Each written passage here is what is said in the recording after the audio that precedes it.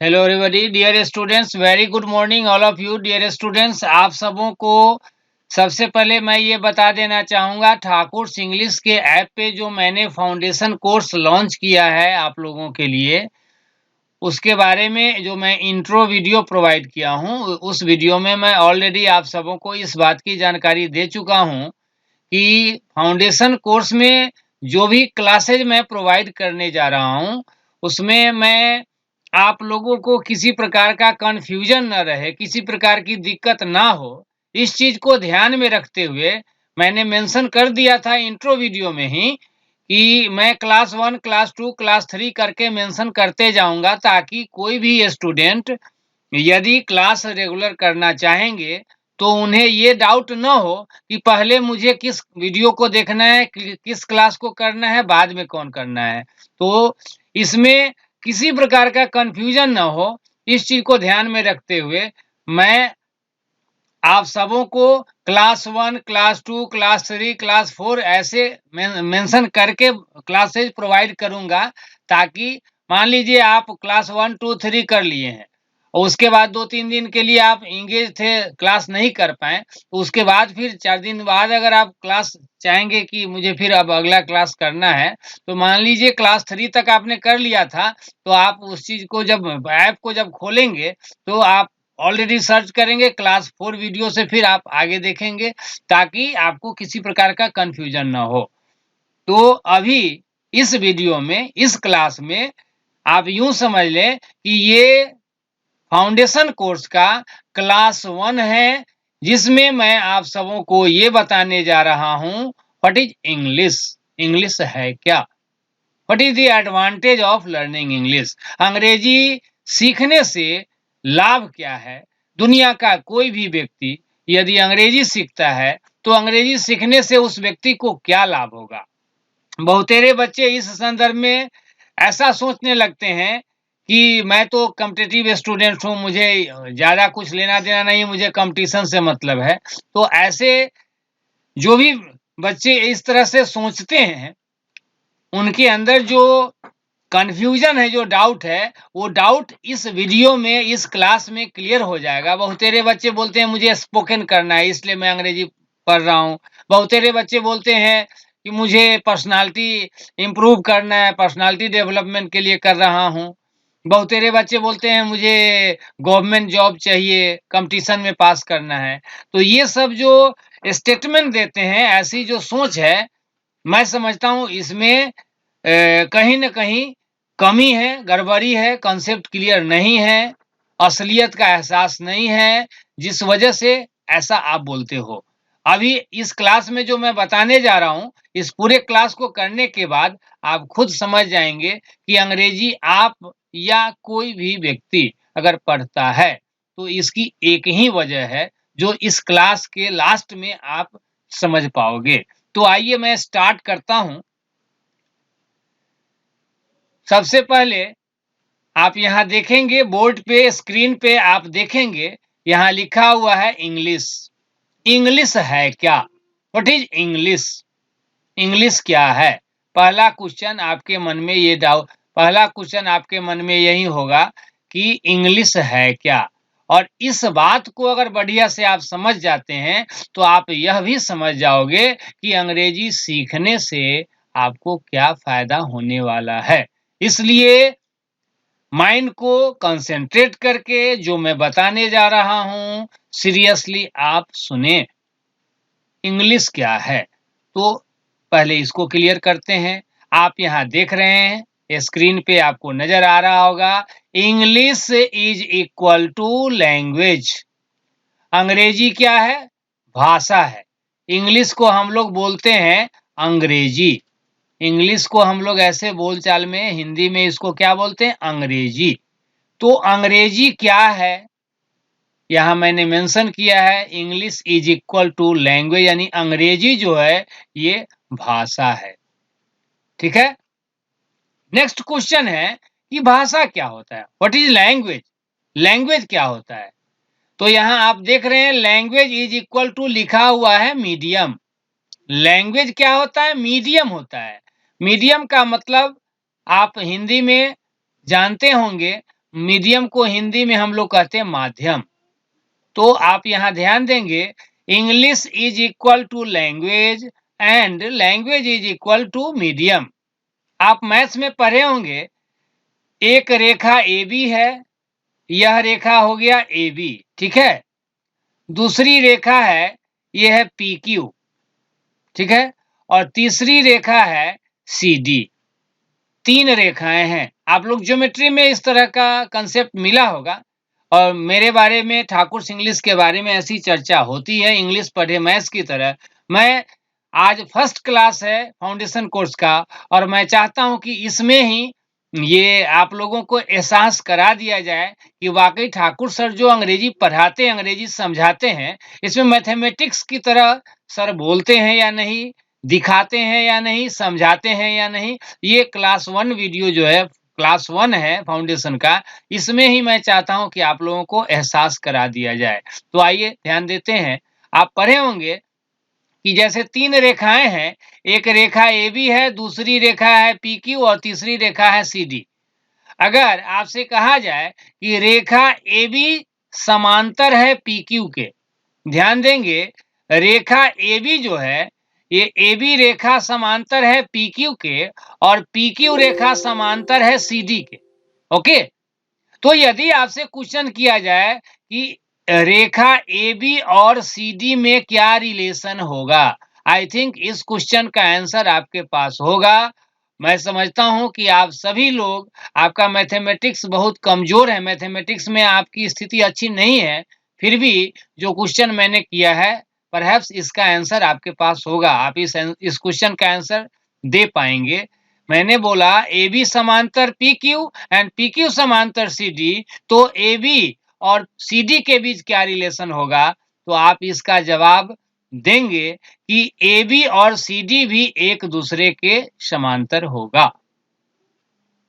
अब मैं आपसे क्वेश्चन करता हूं कि अभी जो मैंने ये बताया, अभी जो मैंने मेंशन किया रेखा के बारे में, अगर मैं आप लोगों से क्वेश्चन करूं कि यह जो मैंने डिस्कशन किया, ये किस सब्जेक्ट का डिस्कशन है, मैं जानता हूं कि आप सभी लोग कहेंगे कि सर, इस तरह की पढ़ाई जो मैं पढ़ा हूं, ज्योमेट्री में पढ़ा हूं। ज्योमेट्री में ये मैंने जो अभी मेंशन किया, ये मैथमेटिक्स का कंसेप्ट है, ज्योमेट्री में ऐसा आप पढ़े होंगे। इस चीज को आप मेंशन करेंगे कि ज्योमेट्री में पढ़ा हूं। तो यदि आप कहते हो कि ज्योमेट्री में आप पढ़े हो, तो चलिए मैं अब यहाँ डिस्कस करता हूं। मैंने अभी बताया आप सबों से कि रेखा, मैंने यहाँ मेंशन किया, English is equal to language and language is equal to medium. यानी अंग्रेजी जो है एक भाषा है, और कोई भी भाषा क्या होती है, एक माध्यम। तो इस आधार पर आप कह सकते हैं कि अंग्रेजी एक प्रकार से क्या है, मीडियम है। On the other hand you can say English is equal to medium, यानी अंग्रेजी जो है एक माध्यम है। मैं अभी आप लोगों को क्या बता रहा हूं, यह मैं मेंशन कर चुका हूं। इंग्लिश है क्या, ये बात मैं बता रहा हूं। तो इंग्लिश लैंग्वेज है और लैंग्वेज मीडियम यानी माध्यम होता है। तो इस प्रकार आप कह सकते हैं कि अंग्रेजी एक प्रकार से मीडियम यानी कि माध्यम है। अब क्वेश्चन उठता है कि अंग्रेजी अगर माध्यम है, तो माध्यम हमेशा किसी न किसी चीज का होता है। तो अब इस बात को भी समझेंगे हम लोग कि माध्यम जो होता है, हमेशा मीडियम किसी न किसी चीज का होता है। तो ये मीडियम किस चीज का है, तो इस चीज को मैं यहाँ लिखता हूं। ये अंग्रेजी जो मीडियम है, ये मीडियम है कम्युनिकेशन का, ठीक है। मैं इस चीज को मेंशन कर देता हूं, कम्युनिकेशन। अंग्रेजी जो, इंग्लिश जो मीडियम है, अंग्रेजी जो माध्यम है, ये माध्यम किसका है, कम्युनिकेशन का। अब क्वेश्चन है कि कम्युनिकेशन का मतलब क्या हुआ, तो कम्युनिकेशन इज इक्वल टू, मैं यहां लिख रहा हूं, आप ध्यान देंगे, वार्तालाप। कम्युनिकेशन इज इक्वल टू वार्तालाप, यानी अंग्रेजी एक माध्यम है, किस चीज का, वार्तालाप का। बहुतेरे बच्चे, जब मैं यह बात बताता हूं कि अंग्रेजी सीखने के बाद आप लोग बातचीत करने के लायक बन जाओगे, दुनिया का कोई भी व्यक्ति, कोई भी स्टूडेंट यदि अंग्रेजी सीखता है, तो अंग्रेजी सीखने के बाद वह व्यक्ति, वह स्टूडेंट बातचीत करने के लायक हो जाएगा।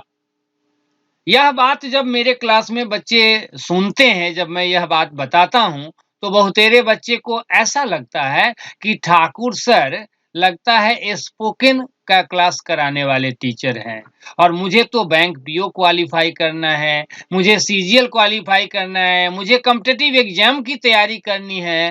तो ठाकुर सर के का कहना है कि अंग्रेजी सीखोगे तो वार्तालाप के लायक होगे।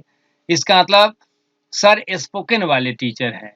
तो ऐसे बच्चे को भी मैं समझाता हूँ क्लास में और अभी फ़िलहाल ऐप पे आप लोग क्लास कर रहे हैं, तो आप लोगों को भी मैं समझा देता हूँ कि यदि यह बात सुन कर के आप मेरे बारे में या कोई अन्य शिक्षक बोलते हैं कि अगर आप अंग्रेजी सीख जाओगे, तो आप बातचीत के लायक हो जाओगे, वार्तालाप के लायक हो जाओगे। मैं कहूँ या कोई भी टीचर आपसे कहे और यह सुनने के बाद अगर आप ऐसा सोचते हो कि सर स्पोकन वाले टीचर हैं, तो मैं यही समझता हूँ कि आपका कांसेप्ट क्लियर नहीं है। आप इस बात को भी नहीं जानते कि वार्तालाप कितने तरीके से किया जाता है। यानी कम्युनिकेशन जो है, कम्युनिकेशन मतलब वार्तालाप, बातचीत हम लोग कितने तरीके से करते हैं, परहैप्स इस बात को आप नहीं जानते हो। तो आइए मैं इस बात को भी क्लियर करता हूँ, ध्यान देंगे, कोई भी व्यक्ति वार्तालाप अगर करता है, तो वार्तालाप कैसे करता है, इस चीज़ को क्लियर कर लिया जाए। देखिए, कम्युनिकेशन के 3 माध्यम 3 तरीके हैं। बातचीत करने के 3 तरीके हैं, जिसमें पहला तरीका है स्पीकिंग। पहला तरीका स्पीकिंग है, यानी आप अगर किसी से वार्तालाप करना चाहते हैं, बातचीत करना चाहते हैं, तो आप स्पीकिंग वे में कहने का मतलब बोल करके उस व्यक्ति से बातचीत कर सकते हैं, वार्तालाप हो सकती है। ऐसा भी तो हो सकता है कि वह व्यक्ति आपके पास न हो, मोबाइल या टेलीफ़ोन की सुविधा न हो, आप उसके पास नहीं जा सकते, वो आपके पास नहीं आ सकता और बात करना ज़रूरी है, वार्तालाप करना ज़रूरी है, तो उस स्थिति में भी वार्तालाप होती है, हो सकती है, तो वो तरीका दूसरा जो तरीका है, दैट इज़ राइटिंग। यानी बातचीत करने का दूसरा तरीका है, जो है राइटिंग यानी लिख कर के वार्तालाप। और इसके लिए एक तीसरा तरीका है दैट इज इंडिकेटिंग। तीसरा तरीका क्या है? इंडिकेटिंग यानी इशारा करके। तो हम लोग बातचीत जो करते हैं 3 तरीके से करते हैं। इसलिए वैसे सारे स्टूडेंट्स जो यह बात सुन कर के ऐसा सोच लेते हैं कि वार्तालाप मीन्स स्पोकन, तो ऐसे बच्चे को, ऐसे स्टूडेंट्स को मैं ये सजेस्ट करना चाहूँगा कि अपने माइंड से इस गंदगी को हटा दे। वार्तालाप यानी कम्युनिकेशन के 3 तरीके हैं, स्पीकिंग, राइटिंग एंड इंडिकेटिंग। यानी हम लोग किसी से बोल करके बात करते हैं, लिख करके बात करते हैं या इंडिकेटिंग यानी इशारा करके भी बात करते हैं। अब प्रश्न है, आप लोग को अंग्रेजी सीखना है, ठाकुर सर से आपको अंग्रेजी सीखना है इस ऐप पे, तो मैं आप लोगों को एक चीज़ और बता देना चाहूँगा कि अंग्रेजी जो मैं आप लोगों को सिखाने जा रहा हूँ, जब आप अंग्रेजी सीख जाएँगे, तो आप कम्युनिकेशन के लायक यानी वार्तालाप के लायक बन जाएँगे। तो वार्तालाप जो आपकी होगी, याद रखेंगे स्पीकिंग एंड राइटिंग वे में। यदि आप सीखना चाहते हो इंडिकेटिंग यानी इंडिकेशन के इशारे की भी पढ़ाई होती है, जो गूंगे होते हैं, बहरे होते हैं, उन्हें पढ़ाया जाता है इशारे से बात करना। आई थिंक आप गूंगे या बहरे नहीं हो, आपको इसकी आवश्यकता नहीं है। यदि आपको शौक है कि मैं यह पढ़ाई पढ़ूँ, तो इसके लिए आई एम सॉरी, मैं क्षमा चाहूँगा, मुझे इसकी जानकारी नहीं है इशारे में वार्तालाप करना, इशारे में बात करने की जो पढ़ाई है, मैं नहीं पढ़ा हूँ। इस संदर्भ में मुझे जानकारी नहीं है। इसके लिए आपको दूसरे टीचर की तलाश करनी होगी। मैं यहाँ फ़ोकस करूँगा स्पीकिंग एंड राइटिंग की जो बात चल रही है इस पे। अंग्रेजी सीखने के बाद आप वार्तालाप के लायक हो जाएँगे और वार्तालाप के लायक जो होंगे, तो यहाँ आपको ध्यान देना है बोलना और लिखना पर।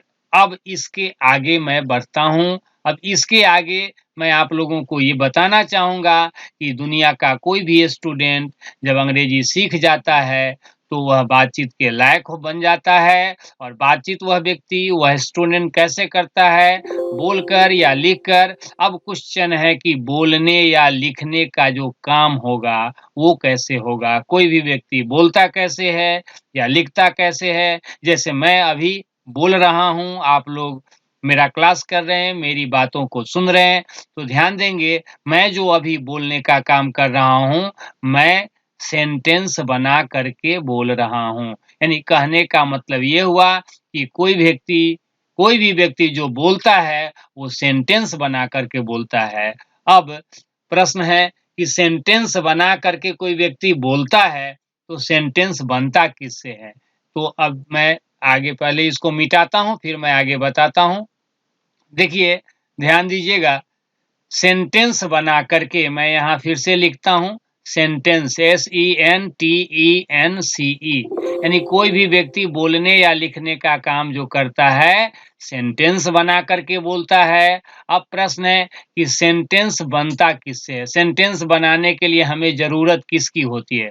तो सेंटेंस बनाने के लिए हमें ज़रूरत होती है, वर्ड्स की ज़रूरत होती है।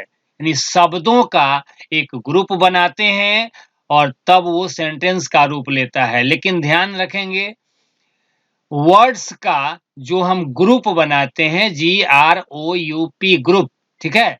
तो वर्ड्स का ग्रुप तैयार करते हैं तो बनता क्या है? सेंटेंस।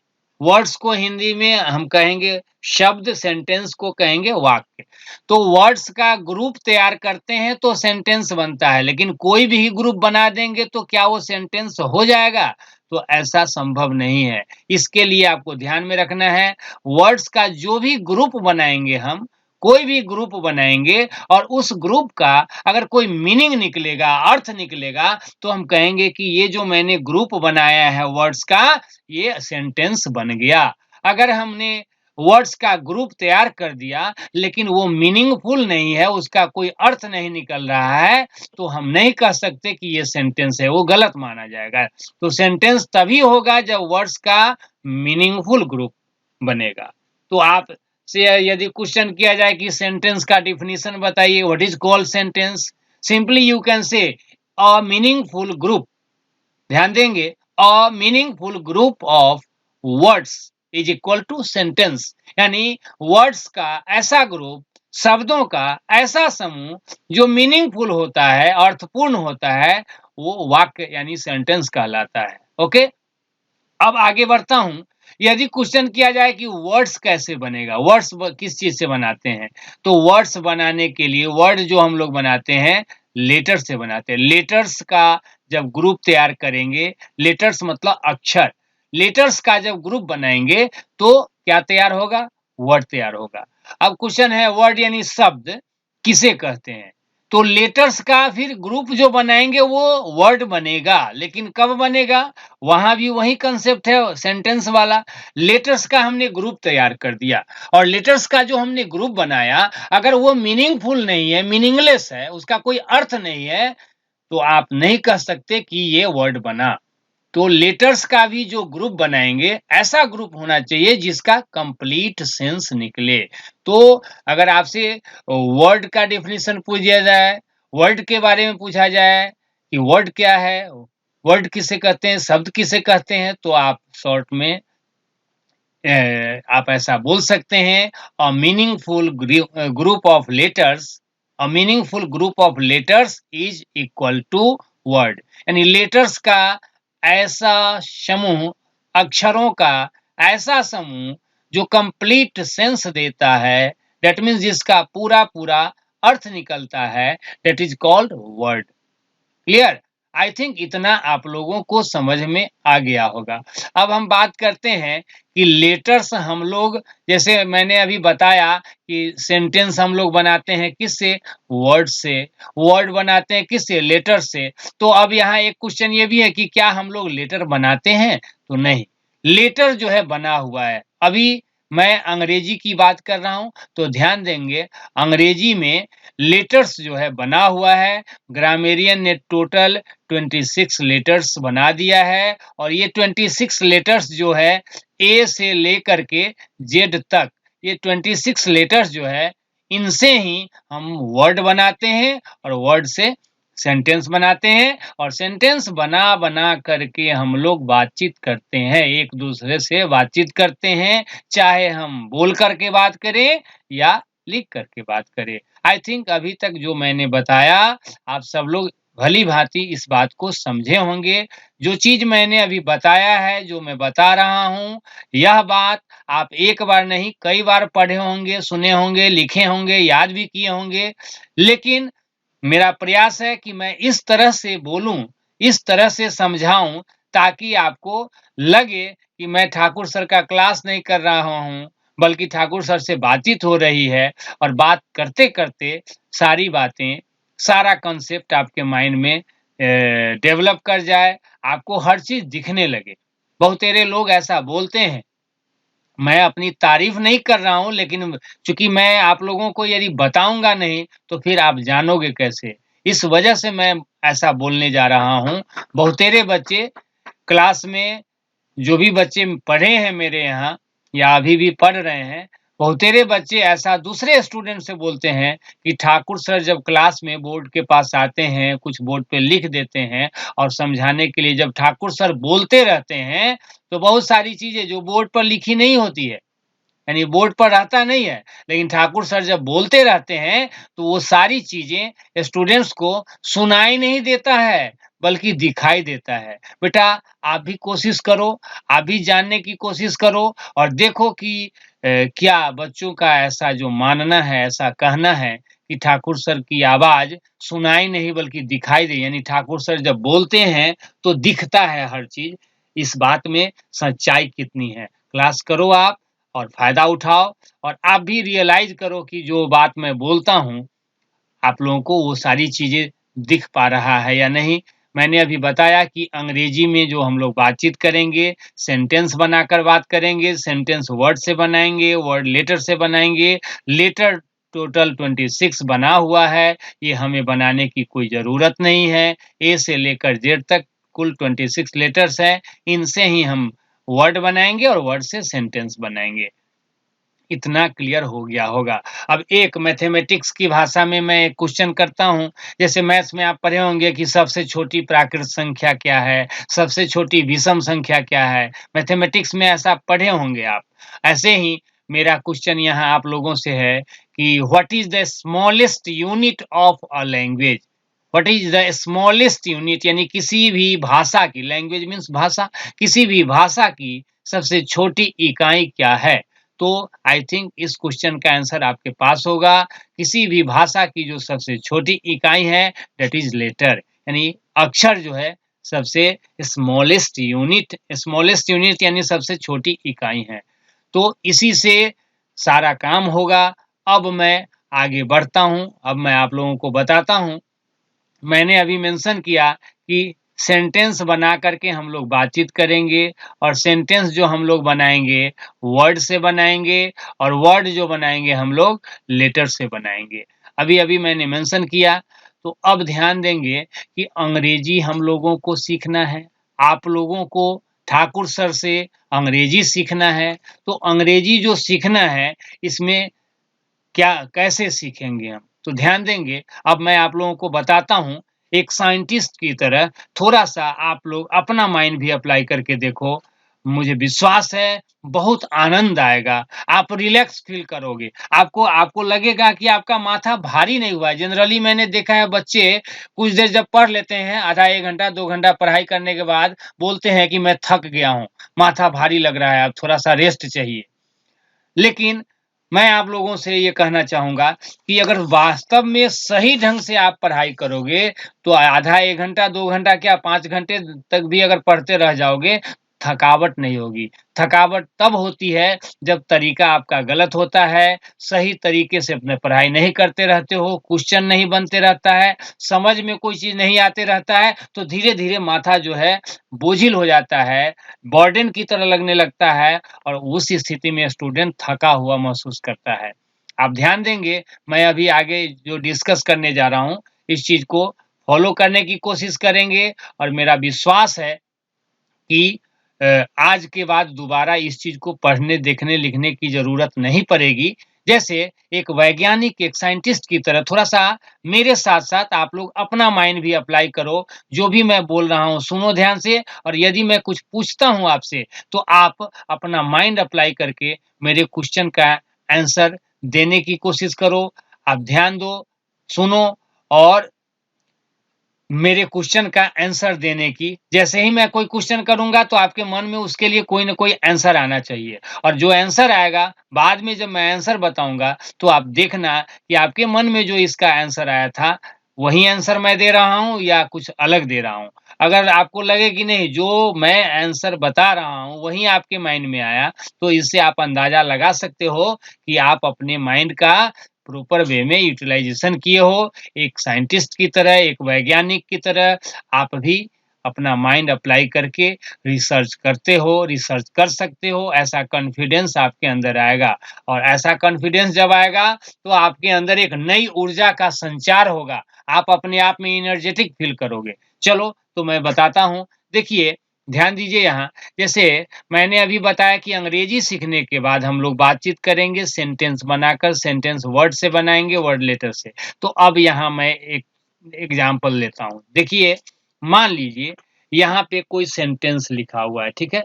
मैं यहाँ मेंशन करता हूँ। जैसे मान लीजिए कोई सेंटेंस है यहाँ पे, ठीक है?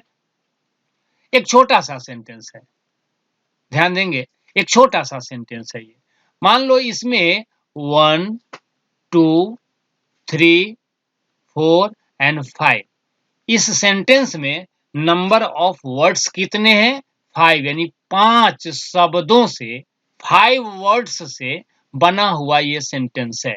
देखिए मैं बेसिक कांसेप्ट अभी प्रोवाइड कर रहा हूँ और चूँकि छोटी-छोटी बातें जो बेसिक कांसेप्ट के अंतर्गत आता है, अगर इन बातों को आप नहीं जानते हो, सही ढंग से इस बात की जानकारी नहीं है और सिर्फ़ रूल्स रटते रहते हो, तो वो कॉन्फिडेंस आपके अंदर नहीं आ पाएगा। इसलिए पहले नींव को मजबूत बनाइए, नींव जो ले रहे हैं उसको स्ट्रॉन्ग बनाइए, तभी आप ऊँची इमारत खड़ी कर पाओगे। जैसे मैंने अभी मेंशन किया कि एक छोटा-सा सेंटेंस है, मान लीजिए इसमें 5 शब्द हैं।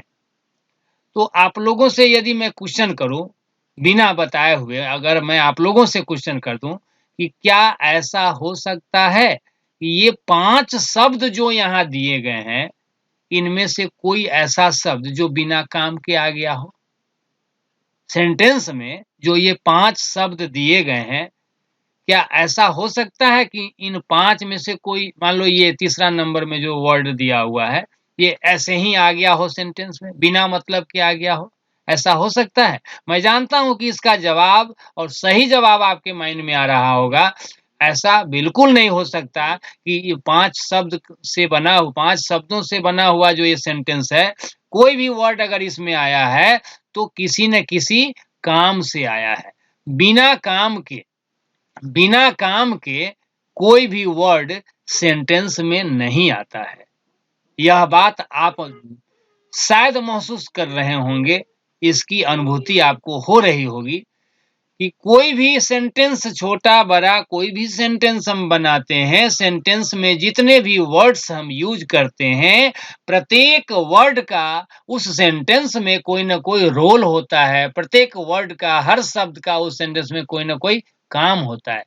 यदि आप कहते हो कि इस सेंटेंस में जो तीसरा नंबर वर्ड आया है या मान लो चौथा नंबर वर्ड आया है, इसका कोई काम नहीं है वाक्य में। जैसे ही ऐसा कहोगे अगर वास्तव में ऐसा है, तो ये सेंटेंस होगा ही नहीं, ये गलत हो जाएगा। ये सही सेंटेंस होगा ही नहीं। तो इस बात से अदालत इस नतीजे पर पहुँची कि किसी भी वाक्य में कोई भी वर्ड आता है, किसी भी सेंटेंस में कोई भी वर्ड अगर हम लाते हैं, तो वर्ड हमेशा याद रखेंगे, वर्ड हमेशा सेंटेंस में किसी न किसी काम से आता है। बिना काम के कोई भी वर्ड सेंटेंस में नहीं आता है। अगर किसी भी सेंटेंस में कोई ऐसा वर्ड आ गया, एक भी वर्ड ऐसा आ गया, जो बिना काम के आ गया, तो वह वर्ड उस पूरे सेंटेंस को गलत कर देगा, यानी वो सेंटेंस सही नहीं माना जाएगा, गलत माना जाएगा। आई थिंक यह बात भी आप निश्चित रूप से समझ गए होंगे।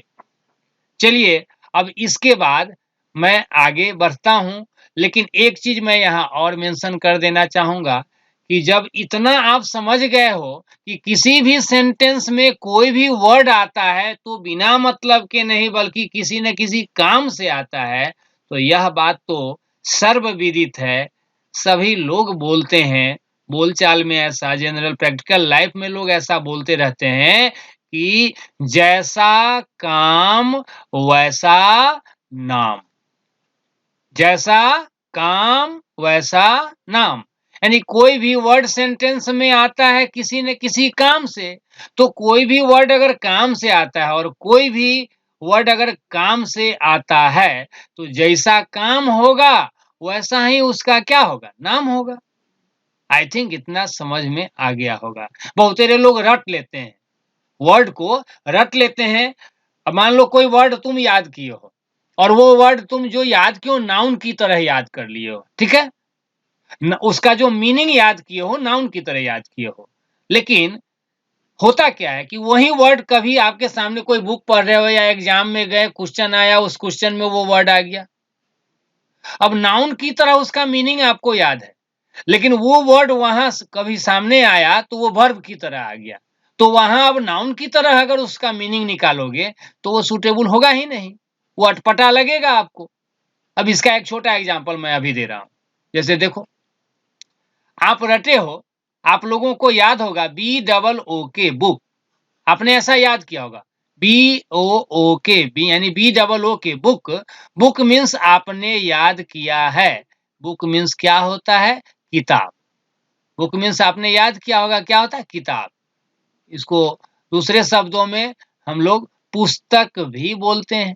बुक मीन्स किताब या बुक मीन्स पुस्तक। अब मान लो कोई बच्चा, कोई भी स्टूडेंट या आप ही बुक शब्द को याद किए हो, बुक मीन्स किताब, और याद आपको है, अच्छी तरह याद है, और जब याद आपने कर लिया तो आपके माइंड में एक चीज क्या सेट हो गया कि आज के बाद जिंदगी में कभी भी ये बुक वर्ड आएगा तो मैं नहीं भूलूंगा, मुझसे गलती नहीं होगी और मैं इसका मीनिंग तुरंत बता दूंगा। यही आपका भ्रम होता है। आपने बुक मीन्स किताब याद किया तो आपको यह बात भी अच्छी तरह मालूम होना चाहिए कि जब बुक मीन्स आप किताब याद कर रहे हो तो आपके माइंड में होना चाहिए कि in this sense book is equal to noun, यानी यहाँ पर बुक क्या है, नाउन है। और ऐसा सोचते हो कि बुक शब्द कभी भी आएगा तो उसका मीनिंग किताब होगा, तो ये गलत सोचते हो। इस चीज को मैं अभी चाहूंगा कि प्रूव्ड कर दिया जाए इस क्लास 1 वीडियो में ही, यानी ये फाउंडेशन का पहला क्लास है और मैं चाहता हूं कि इस पहले क्लास में ही आपका दिमाग कुछ न कुछ चेंज हो, आपको ऐसा लगे, ठाकुर सर का पहला क्लास करके ही आपको एहसास हो कि ठाकुर सर ने जो बताया है वाकई इस बात में दम है और ये सच्चाई है। ऐसा मैं चाहता हूं कि आज फर्स्ट क्लास में ही आप इस चीज को रियलाइज कर लें। जैसे देखिए, बुक मीन्स किताब आपने रख लिया, मैं यहाँ लिख रहा हूँ, 2 वाक्य मैं लिखता हूँ, देखो गौर से। राहुल, मैंने यहाँ लिखा Rahul gave me a book, Rahul gave me a book, मैंने एक सेंटेंस लिख दिया। अब कोई स्टूडेंट याद किया है बुक मीन्स किताब, तो उस स्टूडेंट के सामने जब ये सेंटेंस आएगा कि Rahul gave me a book, तो यहाँ पर वह स्टूडेंट जो पहले से याद किए हुआ है कि बुक का मतलब किताब होता है, तो यहाँ जो बुक वर्ड आया वो याद किया हुआ कंसेप्ट काम कर जाएगा। लेकिन अगर आपके सामने किसी दिन सेंटेंस आ गया, सेंटेंस आपके सामने अगर ऐसा आ गया कि go there and book, go there and book 5 tickets, ध्यान देंगे, go there and book 5 tickets.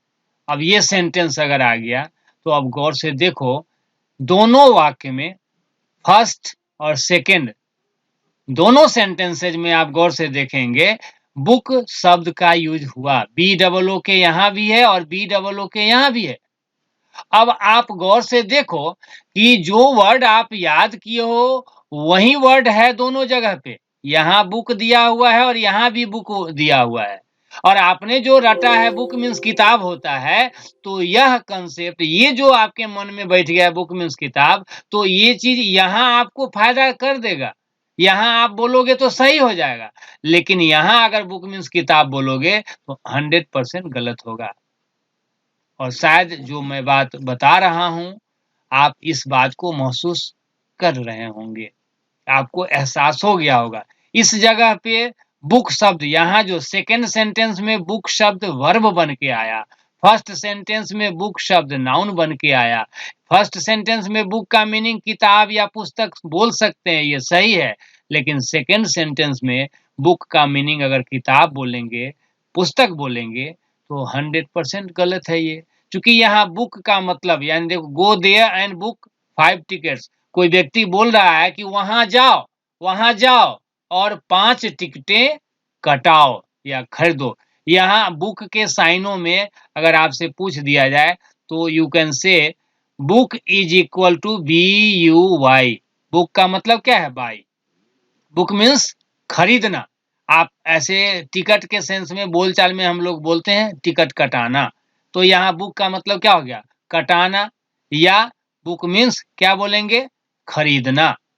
Book means खरीदना। तो अब आप गौर से देखो कि वर्ड एक ही है लेकिन मीनिंग इसका अलग अलग हो गया। तो मैंने अभी यही बताया कि सेंटेंस बनाएंगे वर्ड से, और वर्ड जो आएगा सेंटेंस में किसी न किसी काम से आएगा, और कोई भी वर्ड जैसा काम करेगा वैसा ही उस वर्ड का नाम होगा। ठीक है? तो अब एक चीज मैं इस क्लास में और बताना चाहूंगा, इसके बाद फिर बाकी बातें मैं नेक्स्ट क्लास में करूंगा। एक चीज मैं और बताता हूं। अब एक चीज यहां ध्यान देना क्या है कि जैसे इंग्लिश में हम लोग बातचीत करेंगे सेंटेंस बना करके, जो मैंने अभी मेंशन किया सेंटेंस बनाकर, और सेंटेंस जो बनाएंगे हम लोग किससे बनाएंगे? वर्ड्स से बनाएंगे। और वर्ड्स जो है सेंटेंस में बिना मतलब के तो आएगा नहीं, जो अभी स्पष्ट हो गया है, किसी न किसी काम से आएगा। तो जिंदगी भर हम लोग अंग्रेजी में जो बातचीत करेंगे वर्ड्स यूज करेंगे, सेंटेंस बना करके बातचीत करेंगे, तो और वर्ड्स आएगा किसी काम से। तो अब ध्यान देना है, इंग्लिश पढ़े मैथ्स की तरह बेटा। आज फर्स्ट क्लास है मेरा, और फर्स्ट क्लास में मैं चाहता हूं कि आपको इस बात का एहसास करा दूं कि वाकई ठाकुर सर अंग्रेजी मैथ्स की तरफ पढ़ाते हैं या नहीं। चलो आओ मैं बताता हूं।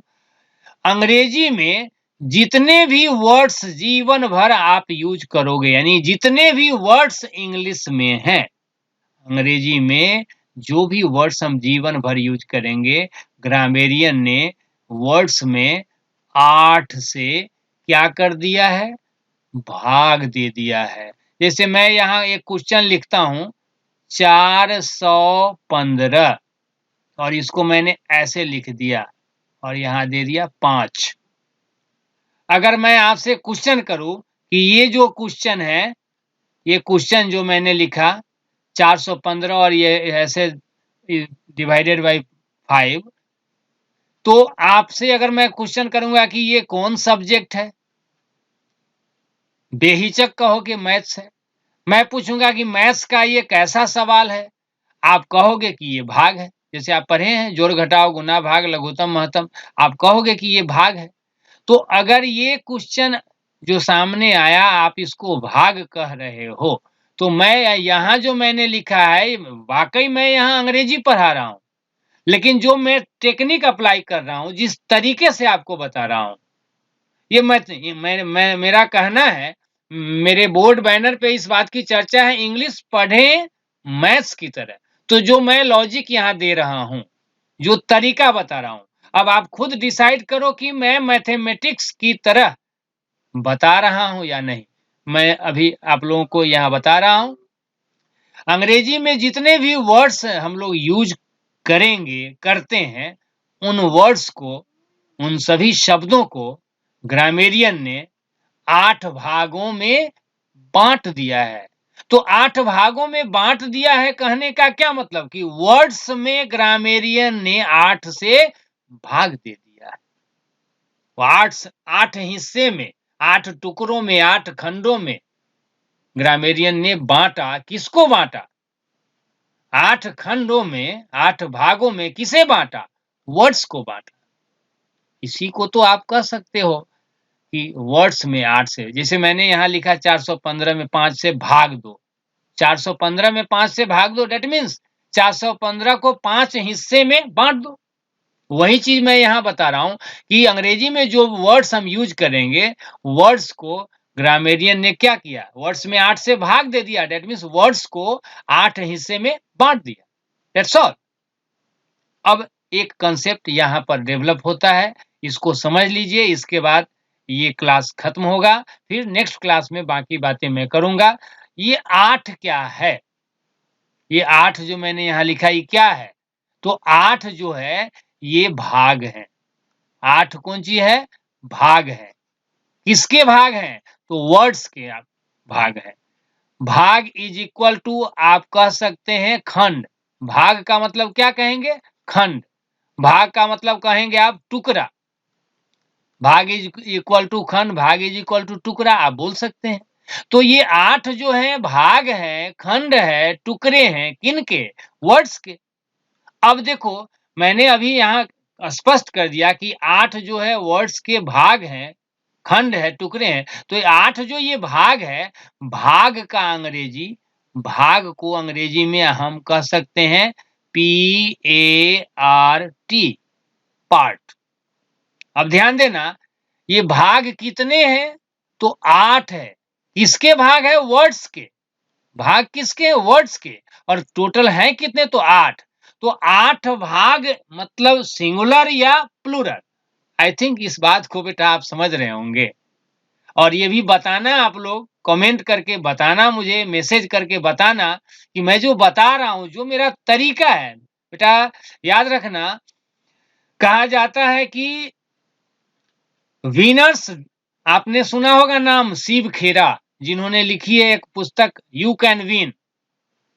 फर्स्ट पेज जब उल्टेंगे उसी में आपको मिलेगा, winners don't do different things but they do things differently. यानी जो सफल हो गए, जो विजेता है, वो कोई अलग काम नहीं करते, बल्कि काम वही होता है, तरीका अलग होता है। तो ठाकुर सर जो आपको बता रहे, मैं जो आपको बता रहा हूं, तरीके की अहमियत है, मेरा कोई इंपॉर्टेंस नहीं है। और ये जो भी बता रहा हूं, ये सारी चीजें किताबों में लिखी गई है, तरीका सबका अलग अलग है। कहा गया everyone has his own style of doing everything. हर व्यक्ति का हर काम करने का अंदाज अलग होता है। और टीचर की अगर बात की जाए, तो टीचर कितने जानकार है, विद्वान है, ये मायने नहीं रखता है। सबसे ज्यादा अहमियत इस बात की है कि कोई भी टीचर दुनिया का हो, टीचर जो बोल रहे हैं, जो समझा रहे हैं, उस बात को आप समझ पा रहे हो, वह बात, वह कंसेप्ट, वह चीज आपके माइंड में इंस्टॉल हो रहा है या सेट हो रहा है कि नहीं, क्लियरेंस हो रहा है कि नहीं। जो क्वेश्चन आपसे नहीं बनता था, ठाकुर सर ने आपको बताया, और बताने के बाद वो क्वेश्चन अगर आराम से बन जा रहा है, तो ठाकुर सर के जैसा आपके लिए कोई नहीं। और मान लो कोई बहुत प्रकांड विद्वान व्यक्ति है, टीचर है, जिनके बारे में हजारों लोगों ने आपसे कहा कि प्रकांड विद्वान है, बहुत टैलेंटेड है, बहुत अच्छे हैं, और वो 1 घंटा के बदले 5 घंटे आपको पढ़ाए हैं, काफी मेहनत करके पढ़ाए हैं, लेकिन आपकी समझ में नहीं आया, आप उस बात को समझे नहीं है, तो वह क्वालिटी किसी काम का नहीं। That's why it is said teaching is an art. इसीलिए कहा जाता है कि पढ़ाना एक कला है। ओके, तो आइए मैं एक चीज अब ये स्पष्ट करता हूं, इसके बाद मैं नेक्स्ट क्लास में बताऊंगा बाकी बात। ये 8 जो है क्या है? भाग है। किसके? वर्ड्स के। भाग, चूंकि 8 की चर्चा हो रही, तो ये सिंगुलर नहीं बल्कि प्लूरल है, इसीलिए हम यहाँ PART लिखा हुआ है, पार्ट इसमें लगा दिया हमने S। तो अब हमने क्या कर दिया? पार्ट्स। आप इसको ऐसा बोल सकते हैं, पार्ट्स ऑफ वर्ड बोल सकते हैं बेटा, पार्ट्स ऑफ वर्ड। लेकिन आपने ऐसा सुना नहीं होगा। बचपन से आज तक जहाँ भी पढ़े हैं, जो भी बुक्स पढ़े हैं या टीचर्स के पास पढ़े हैं, ऐसा आपने नहीं सुना होगा। तो होता क्या है कि जो चीज़ प्रचलन में है, हमारे समाज में जो लोग जो चीज़ सब लोग बोलते आ रहे हैं, तो बाकी लोग भी उस चीज़ को ही फ़ॉलो करते हैं। तो रियल में ये 8 जो है भाग हैं किसके? वर्ड्स के हैं, जिन्हें हम लोग बोलचाल में पार्ट्स ऑफ वर्ड न कह के बोलचाल में इसी चीज़ को हम लोग बोलते हैं पार्ट्स ऑफ स्पीच। आप यहाँ पर यूँ समझ ले speech is equal to word. Parts of a speech इसको हिंदी में हम लोग क्या बोलते हैं? पार्ट्स ऑफ ए स्पीच को हम लोग हिंदी में बोलते हैं शब्द भेद। शब्द भेद। भेद मीन्स प्रकार, भेद मीन्स भाग, भेद मीन्स टुकड़ा, खंड। तो ये पार्ट्स ऑफ ए स्पीच जो टोटल हो गए कितने? 8। Noun, pronoun, adjective, verb, adverb, preposition, conjunction and interjection. इन 8 से ही अंग्रेजी का सारा कंसेप्ट बनता है। इन 8 से ही अंग्रेजी रूपी जो इमारत है, जो बिल्डिंग है, इन 8 से बना हुआ है। अब हम लोग इनके बारे में आगे अध्ययन करेंगे। आज इस क्लास में बस इतना ही। आई थिंक जो भी मैं बताया हूँ, जो मैं समझाने की कोशिश किया हूँ, आप लोगों को समझ में आया होगा। वंस अगेन आप सबों से यह कहना चाहूँगा कि इंग्लिश पढ़े मैथ्स की तरह। थोड़ा-सा पढ़ें, समझ के पढ़ें और ऐसे पढ़ें कि जो चीज़ आज पढ़ लिए हैं, अब दोबारा ज़िंदगी में फिर इस चीज़ के लिए किसी टीचर के पास भटकने की ज़रूरत आपको न हो। अगर ऐसा हो रहा है, ऐसा हुआ है, दैट्स गुड। अगर ऐसा नहीं हो रहा है, कोई चीज़ पढ़ लिए हैं, फिर उसको पढ़ने की ज़रूरत हो रही है, इसका मतलब सही तरीके से आप पढ़े नहीं हैं। तो पहले तरीका को सही करने की ज़रूरत है ताकि एक बार पढ़े, दोबारा उस चीज़ को पढ़ने की आवश्यकता न हो। लास्टली मैं आप सबों को आश्वस्त करना चाहूँगा कि जो फाउंडेशन कोर्स मैंने लॉन्च किया है ठाकुर इंग्लिश के ऐप पे, जिसमें 50% मैं अभी आप लोगों को बताया हूँ, 50% आप लोगों को फी में छूट दिया जा रहा है। और लास्टली मैं ये बताना चाहूँगा 9,000 रुपए कोर्स का फी है, जिसमें 50% यानी 9,000 के बदले आपको अभी मात्र 4500 रुपए में आप इस कोर्स को परचेज कर पाएँगे और 4500 रुपए में अंग्रेजी से आपको छुट्टी मिल जाएगी। ये आश्वासन, ये भरोसा मैं आप सबों को दे रहा हूँ। एक बार इस कोर्स को आप कर लें, आई थिंक आपको फिर इसके लिए दोबारा फाउंडेशन के लिए आपको किसी टीचर के पास भटकने की ज़रूरत नहीं होगी। फिर इंग्लिश का कोर्स परचेज़ करने की ज़रूरत नहीं होगी। हाँ, जब तक आपका सिलेक्शन नहीं हो रहा है, जॉइनिंग लेटर आपके हाथ में नहीं आ जा रहा है, फाइनली सिलेक्शन, तब तक तो आपको प्रैक्टिस करते रहने की ज़रूरत है। तो इसके लिए प्रैक्टिस के लिए ज़रूरत है सेट का प्रैक्टिस करें आप।